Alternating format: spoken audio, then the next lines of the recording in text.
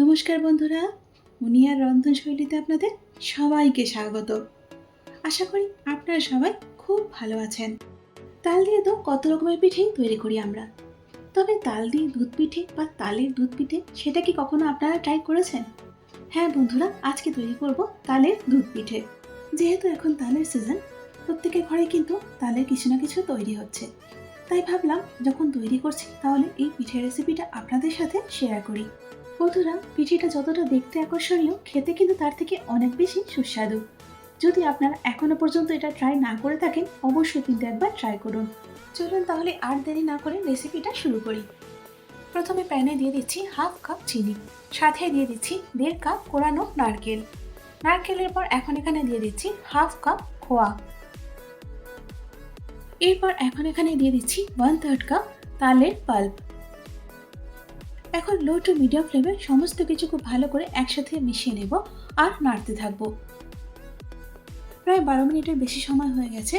সমস্ত কিছু একসঙ্গে ভালো করে মিশিয়ে নিয়ে নেড়ে নেওয়ার পর দেখুন মিশ্রণটা প্যানে গা ছেড়ে দিয়েছে। এবার এটাকে আমি নামিয়ে ফেলবো আর ঠান্ডা করে নেব। এখানে 2/3 কাপ তালের পাল্প আমি এখন কড়ার মধ্যে দিয়ে দিচ্ছি। এর সাথে দিয়ে দিচ্ছি হাফ চা চামচ নুন। এখন জল দিয়ে দিচ্ছি 1 কাপ। জলটা এখন তালের পাল্পের সঙ্গে খুব ভালো করে মিশিয়ে নেব, যাতে করে এর মধ্যে কোনো লাম্পস না থাকে। গ্যাসের ফ্লেমটা আমি লোতে রেখে কিন্তু কাজটা করছি। আর দেখুন এখানে তালের পাল্পটা খুব ভালো মতো মিশে গেছে। এখানে আমি 1 কাপ চাল গুঁড়ির অর্ধেকটা এখন দিয়ে দিলাম, দিয়ে তালের পাল্পের সঙ্গে ভালো মতো মিশিয়ে নিচ্ছি। এখন দিয়ে দিচ্ছি বাকি অর্ধেক চাল গুঁড়িটা। এরপর এখন এখানে দিয়ে দিচ্ছি হাফ কাপ ময়দা। চাল গুঁড়ি এবং ময়দাটা খুব ভালো করে মিশিয়ে নিচ্ছি। যেহেতু সবকিছু খুব ভালো করে মেশানো হয়ে গেছে, এখন গ্যাসটা আমি অফ করে দিচ্ছি। এখন এটা একটু নরম মনে হচ্ছে, কিন্তু যেহেতু এতে চাল গুঁড়ি আছে, এটা ঠান্ডা হওয়ার পর কিন্তু বেশ অনেকটাই টেনে যাবে। এখন এটাকে ঠান্ডা করে নেব। এখন কড়াতে 1 টেবিল চামচ জল দিয়ে দিচ্ছি। এরপর এখানে দিয়ে দিচ্ছি 500 মিলিলিটার দুধ। এখানে আমি ফুল ক্রিম দুধটাই ব্যবহার করছি।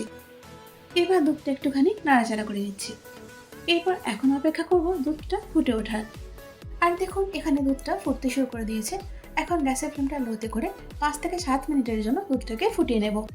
বন্ধুরা, এখানে যে ডোটা আমরা তৈরি করেছিলাম চালগুঁড়ি, ময়দা এবং তাল দিয়ে, তার থেকে কিছুটা পোর্শন আমি নিয়ে নিলাম। আর তার আগে হাতে একটু তেল লাগিয়ে নিয়েছি। এবার এটাকে গোল করে নিচ্ছি। নিয়ে যেভাবে আমরা পিঠে করি, এখানে পিঠে শেপ দেবো না, যাতে করে সবাই খুব ইজিলি করতে পারে, সেই জন্য আমি এটা এভাবে করছি। আপনারা চাইলে পিঠেও তৈরি করতে পারেন। এবার এর মধ্যে নারকেলের আর খোয়া ক্ষীরের যে পুরটা তৈরি করেছিলাম সেটা দিয়ে দিলাম। দিয়ে এবার নর্মালি যেমন বন্ধ করি আমরা, সেভাবেই বন্ধ করে দিচ্ছি। খুব সহজ বন্ধুরা, আপনারা যে কেউ এটা তৈরি করে নিতে পারবেন। পিঠে তৈরি করার কোনো এর মধ্যে ঝামেলাই নেই। এরপরে ভালো করে মুখটা বন্ধ করে দেওয়ার পর এবার আবার এটা ভালো করে হাত দিয়ে গোল করে নিচ্ছি।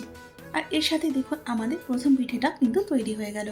আর বাকিগুলো ঠিক একইভাবে আমি করে নেব। আর দেখুন এখানে পিঠেগুলো আমি তৈরি করে নিয়েছি। চলুন এখন এগুলোকে ভেজে ফেলি। পিঠেগুলো ভাজবো বলে তেলটা গরম করতে বসিয়েছিলাম। তেলটা গরম হয়ে গেছে। এখন একটা একটা করে পিঠে আমি এর মধ্যে দিয়ে দিচ্ছি, তবে একসঙ্গে কিন্তু অনেকগুলো দিয়ে দেবো না। এখন মিডিয়াম হিটে পিঠেগুলো ভেজে নেব। তবে পিঠেগুলো তেলে দেওয়ার সাথে সাথে কিন্তু এগুলোকে নাড়ানাড়ি করা যাবে না। যখন একদিকটা হালকা রং ধরবে, ঠিক সেই সময় এগুলোকে হালকা করে উল্টিয়ে দিতে হবে। আর দেখুন এখানে একদিকটা লাল রং ধরে নিয়েছে। এবার খুব সাবধানে আমি এগুলোকে উল্টে দিচ্ছি।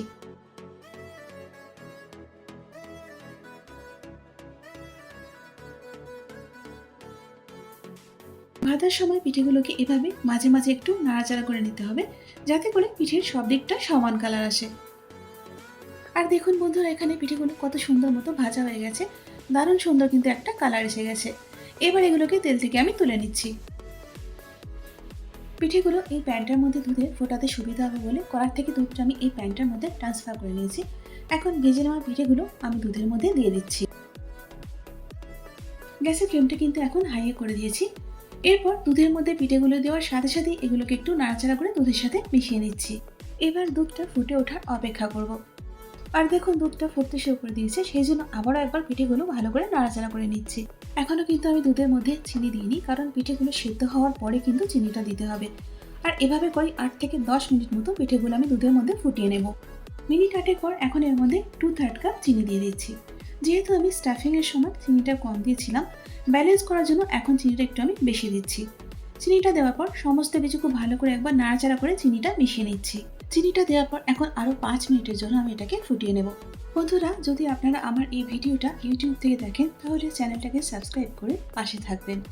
আর যদি ফেসবুক থেকে দেখেন তাহলে পেজটাকে ফলো করে নিয়ে সাথে থাকবেন, যাতে করে নতুন ভিডিও আপলোড হওয়া মাত্র আপডেটটা সবার আগে আপনি পেয়ে যান। কোয়ার্টার কাপ দুধে আমি 1.5 টেবিল চামচ ময়দাকে গুলে নিয়েছিলাম। এখন সেই স্লাইডে দুধের মধ্যে দিয়ে দিচ্ছি। এরপর কিন্তু আর বেশিক্ষণ ফোটানো যাবে না, তা নাহলে কিন্তু খুব গাঢ় হয়ে যাবে। আর পরে কিন্তু সেটা ভালো লাগবে না খেতে, একেবারেই বসে যাবে। মিনিট খানেক মতো ফুটিয়ে নিয়ে গ্যাসটা বন্ধ করে দিচ্ছি। একদম শেষে এর মধ্যে দিয়ে দিচ্ছি কিছুটা পেস্তা কুচি, এটা কিন্তু টোটালি অপশনাল। ব্যাস, আর কি, তৈরি হয়ে গেল আমাদের তাল দিয়ে দুধ পিঠে। চলুন এবার এটাকে পরিবেশন করি। তাহলে বন্ধুরা, দেখলেন তো কোনো রকমের ঝামেলা ছাড়াই কত সহজেই তৈরি হয়ে গেল আমাদের দারুণ সুস্বাদু এই তালের পিঠে। দেখতে যতটা সুন্দর, খেতেও কিন্তু ঠিক ততটাই অসাধারণ। তাহলে এই তালের মরশুমে অবশ্যই একবার এভাবে পিঠেটা ট্রাই করে দেখুন। আর কেমন লাগলো আমাকে কমেন্টস করে জানাতে কিন্তু ভুলবেন না। বন্ধুরা, যদি আজকের এই তালের পিঠে রেসিপিটা আপনাদের ভালো লেগে থাকে তাহলে অবশ্যই কিন্তু একটা লাইক করে দিন। তারই সাথে বন্ধু বান্ধব এবং আত্মীয় পরিজনের মধ্যেও শেয়ার করে দিন।